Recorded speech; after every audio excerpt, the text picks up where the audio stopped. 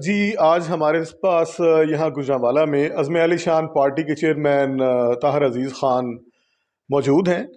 ہم ان سے جانتے ہیں کہ یہ عزم علی شان پارٹی کیا ہے، اور خاص طور پہ یہ جو جماعت ہے یہ اسلامی صدارتی نظام کی بات کر رہی ہے۔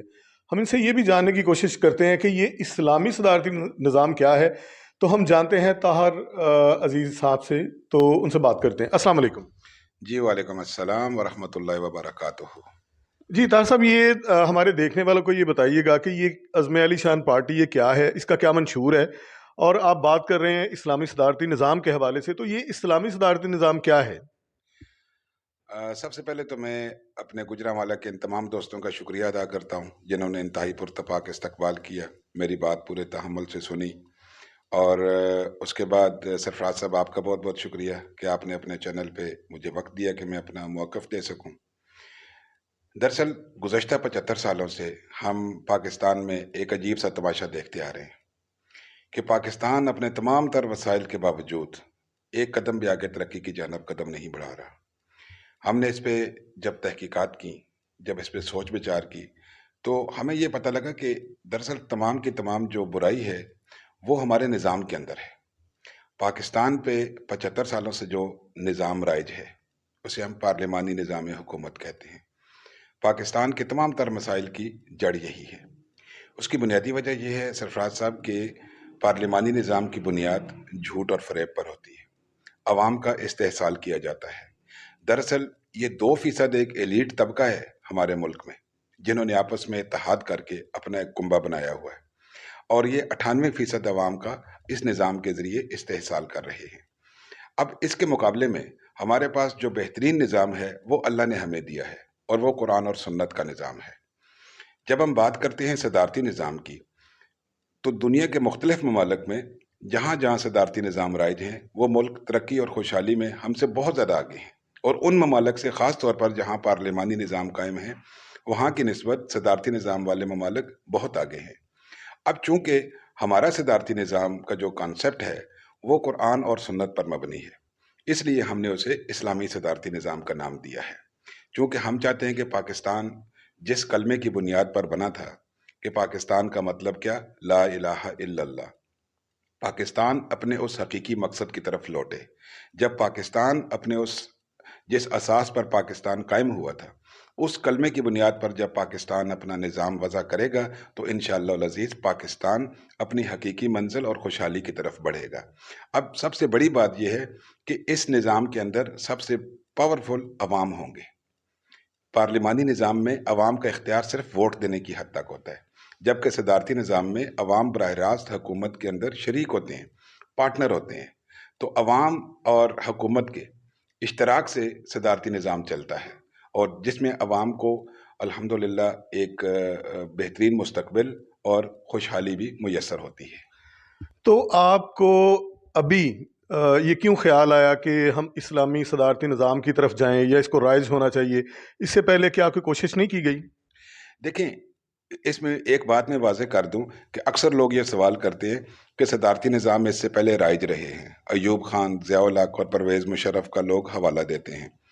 میں یہ بالکل واضح الفاظ میں کہہ دینا چاہتا ہوں کہ یہ تمام ادوار صدارتی نظام نہیں تھے، یہ مارشل لائی نظام تھے۔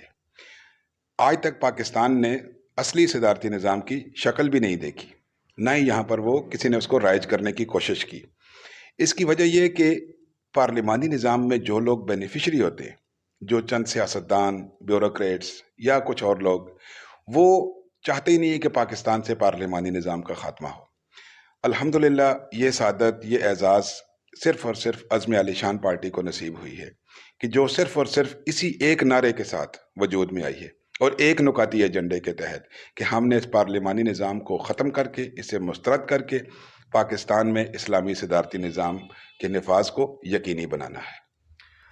سر، یہ جو اسلامی صدارتی نظام جس کی آپ بات کر رہے ہیں، جس کی ترویج یا اشاعت کی آپ بات کر رہے ہیں، جس کو رائج کرنے کے حوالے سے آپ نے بہت سارے اسٹرانگ پوائنٹس بھی دیے ہیں، تو عوام کے لیے، بالکل ایک عام آدمی کے لیے، کہ اس اسلامی صدارتی نظام کا عام عوام کو کیا فائدہ ہے، کیا کہنا چاہیں گے؟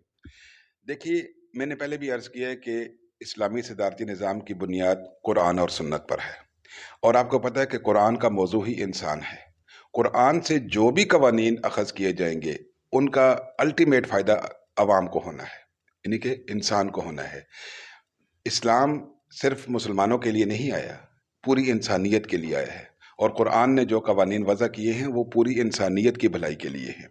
اب جب ہم قانون سازی کو قرآن کے تابع کر دیں گے تو یہ بات تو روز روشن کی طرح یہاں ہے کہ اس کا براہ راست فائدہ عوام کو ہوگا.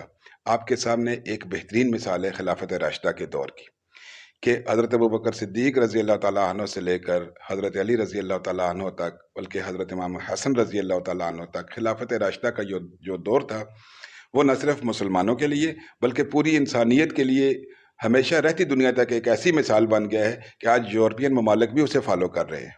جب وہ فالو کر کے اتنی ترقی کر سکتے ہیں تو ہم اسے فالو کر کے اپنے عوام کو وہ سہولیات کیوں نہیں دے سکتے ہیں؟ اسی وجہ سے ہم نے یہ فیصلہ کیا ہے کہ ہم ہر ممکن طریقے پر اس اسلامی صدارتی نظام کو نفاذ کے لیے انشاءاللہ کسی بھی قربانی سے دریغ نہیں کریں گے، اور اس ملک میں یہ نظام ہم رائج کرا کر دم لیں گے.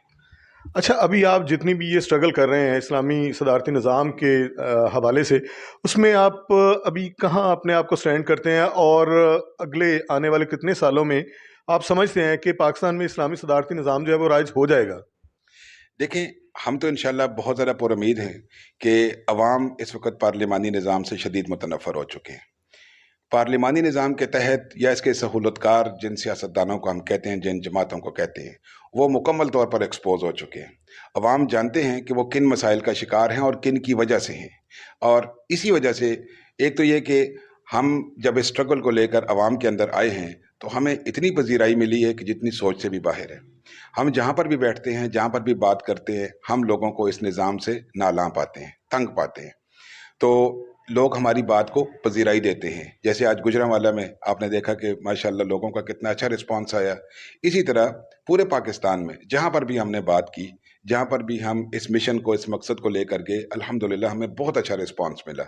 تو اس رسپانس کو انشاءاللہ مزید کیری آن کرتے ہوئے ہم یہ سمجھتے ہیں کہ عنقریب وہ وقت آنے والا ہے کہ جب ہم اس پارلیمانی نظام سے ہمیشہ ہمیشہ کے لیے جان چھڑا کر اسلامی صدارتی نظام رائج کروا لیں گے.